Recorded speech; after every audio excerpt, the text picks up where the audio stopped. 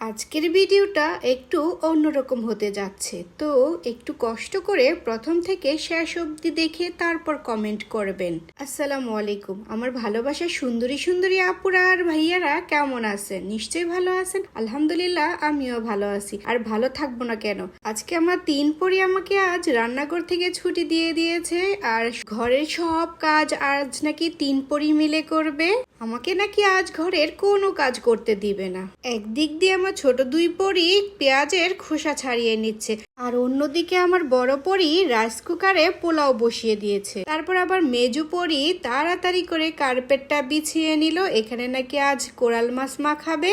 ওদের এই মিলেমিশে কাজ করা আমার কাছে দেখতে এত বেশি ভালো লাগছে। তিন পরি মিলে মাশাল্লাহ মাশাল্লাহ কি সুন্দর করে গুছিয়ে কাজ করছে, সেটাই আজকে আমি একটু একটু করে ভিডিও করে নিচ্ছি। যেই না আমি একটু সামনে যাই তখনই আমাকে বলে দূরে যেতে। ওরা ভাবে আমি ওদের সাথে কাজ করব, আমাকে আজ কোনো কাজ করতে দিবে না। তো সব মশলা দিয়ে এখন তিন পরি মিলে এই কোরাল মাছটাকে মাখাবে, তারপর নাকি এটা ফ্রাই করবে। দেখুন এই টমেটোর সসটা এই মাছের মধ্যে দিবে, সেটাও তিনজন মিলে দিচ্ছে। এই মাছ মাখানোর মধ্যে সরিষার তেল, তারপরে লেবু, সব মশলা কি সুন্দরভাবে ওরা দিয়ে নিচ্ছে।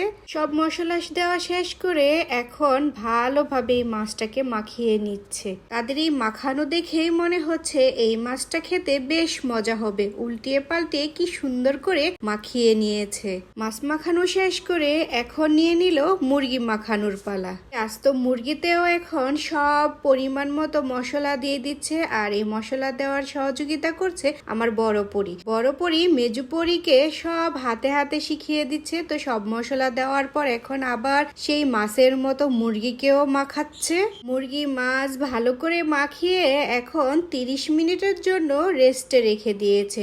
আর অন্যদিকে আমার মেজু পরি তো হাতের থেকে কাজ একদমই ছাড়ছে না, সে ঘর ঝাড়ু দেওয়া শুরু করেছে। তো মুরগিতে নাকি আরো একটু কাজ বাকি আছে, মুরগির পা নাকি ভালো করে বেঁধে নিতে হবে, তো সেই কাজটাও তিনজন মিলেই করছে। আর অন্যদিকে পোলাওটা কি সুন্দর ঝরঝরে হয়ে গেল রাইস কুকারে। আর অন্যদিকে আমার ছোট পরিটা বিছানার মধ্যে খেলনা নিয়ে খেলছে, আর সেগুলোই আমার মেজু পরি কি সুন্দর করে গুছিয়ে রাখছে। এখন আমার বড় পরিটা রান্নার কাজ শুরু করে দিয়েছে। আমি বারবার বলছি এগুলো ওভেনে করলে খুব ভালো হতো, কিন্তু তারা কোনোভাবেই রাজি হচ্ছে না। বলে ওভেনে আমি দিলে নাকি আমার কাজ করতে হবে, তাই আমাকে দিল না। ওরা নিজেরাই যতটুক পারে ততটুকুই করবে, আমাকে রান্না করে তো ঢুকতেই দিচ্ছে না। এটা বলাতে কেন ওভেনে দিতে বলেছি। তারপর মুরগিটা ভালোভাবে উল্টিয়ে পাল্টিয়ে ভেজে তুলে নিয়েছে।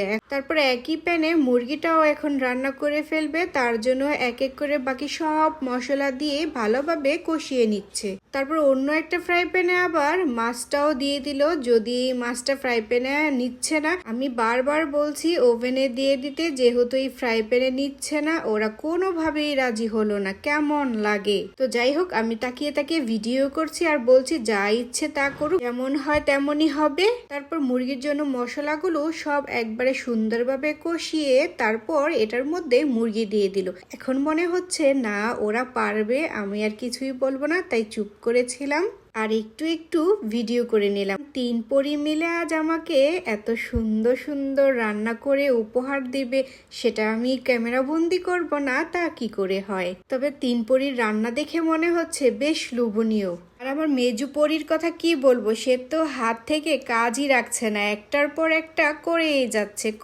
যাচ্ছে।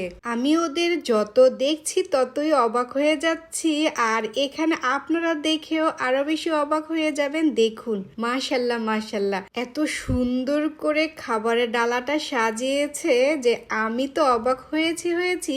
আপনারা কি অবাক হয়েছেন কিনা দেখেই বলবেন। আর ওদের কাজ, ওরা তিন পরি মিলে এটা করেছে। আমি তো ভিডিও করতে গিয়ে আরো বেশি অবাক হয়ে গেছি।